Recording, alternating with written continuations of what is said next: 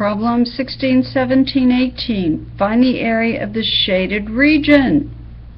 We have a circle. The diameter of the circle is 8 units. We need the area of the circle minus the area of the square inside. Okay. Label everything in sight. Well, if we know the diameter is 8, then the radius of my circle is half of 8. That has to be 4. What formulas do I need? I need the area of a circle, and that's pi r squared. I know r, so I'm good here. I also need the area of the square. Area of the square is the side times the side, or I could just use the area of a rectangle. But I know this is a square because this side is congruent to this side, is congruent to this side, is congruent to this side. Oh, now what? What can I figure out? Wait. This is a right angle.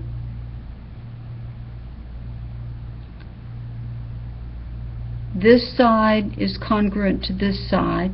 That means I have an isosceles right triangle. This is 45 degrees. This is 45 degrees. Who cares? I don't care about that, but here is what I care about. If the hypotenuse of an isosceles right triangle is 8, then I know that the side multiplied times the square root of 2 is equal to the hypotenuse.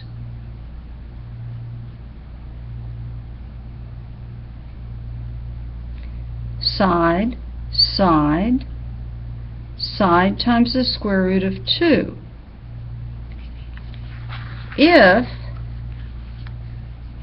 8 is equal to my side length multiplied times the square root of 2, then if I divide both sides of my equation by the square root of 2, my side length is equal to 8 over the square root of 2. Okay, that's pretty much all I need. The area of the shaded region is the area of the circle minus the area of the square. The area of my circle is pi r squared. The area of my square is the side squared. My radius is 4. We figured that out at the beginning.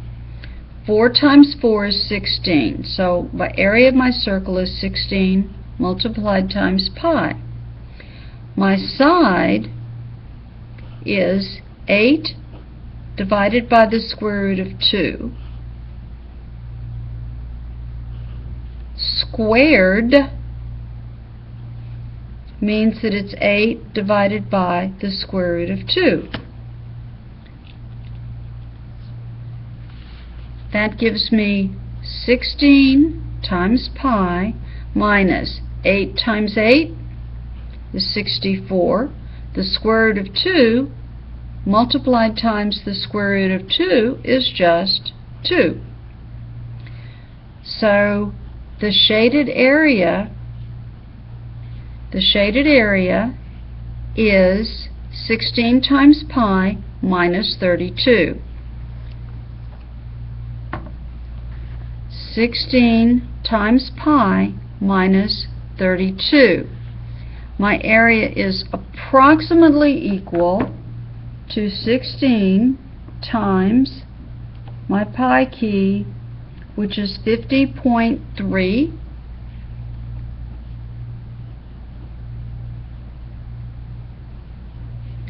minus 32,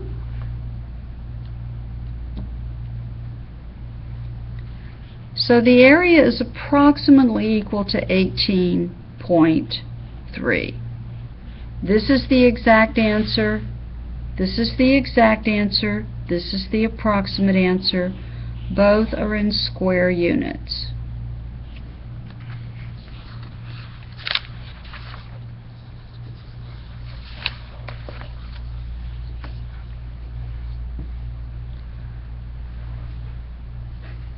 Let's look at 17. We need to find the area of this polygon.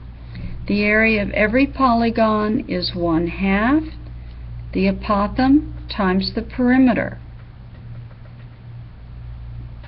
I have 1, 2, 3, 4, 5, 6, 7, 8, 9, 10 sides.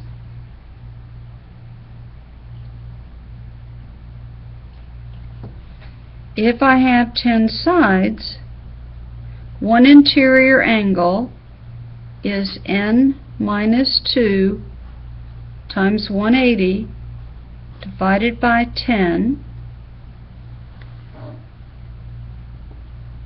8 times 180 divided by 10 is 144. That's one angle, one interior angle, but this radius bisects the angle, so this angle here is going to be 72 degrees.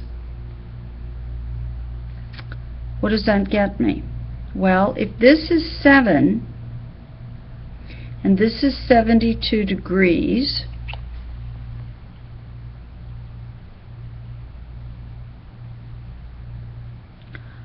I need to find this length, or I need this length. I think I really want this length. That's my apothem. That is very important just now. Okay, so what trig relation connects the opposite side to the hypotenuse? Sine. The sine of 72 degrees is equal to the apothem divided by 7. 7 times the sine of 72 degrees is going to equal my apothem. Multiply both sides by 7. Check to make sure your calculator is in degrees. Now I can look up the sine of 72 degrees. I find that to be 0.9511. I multiply that times 7, and that gives me 6.66. Woo! Now, I also need my perimeter. Now, my perimeter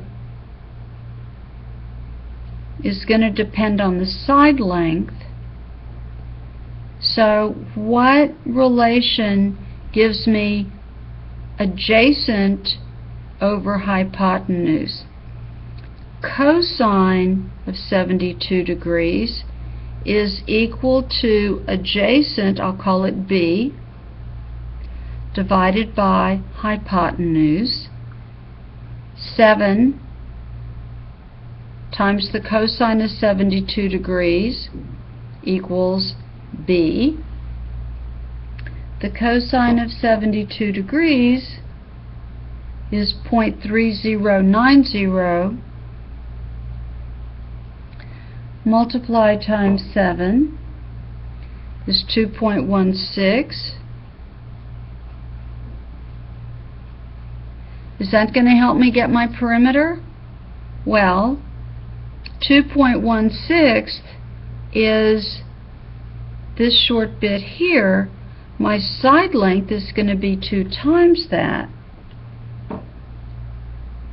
So my side length is going to be approximately 4.326. times 10. My perimeter is equal to 10 times 4.33. My perimeter then is about 43.3. The area of my decagon is 1/2 my apothem, 6.66, times my perimeter, which is 43.3, 4.33 times 6.66 divided by 2, 14.4. And that is the area of my decagon. It's a little involved, but it's not hard. It's just tricky.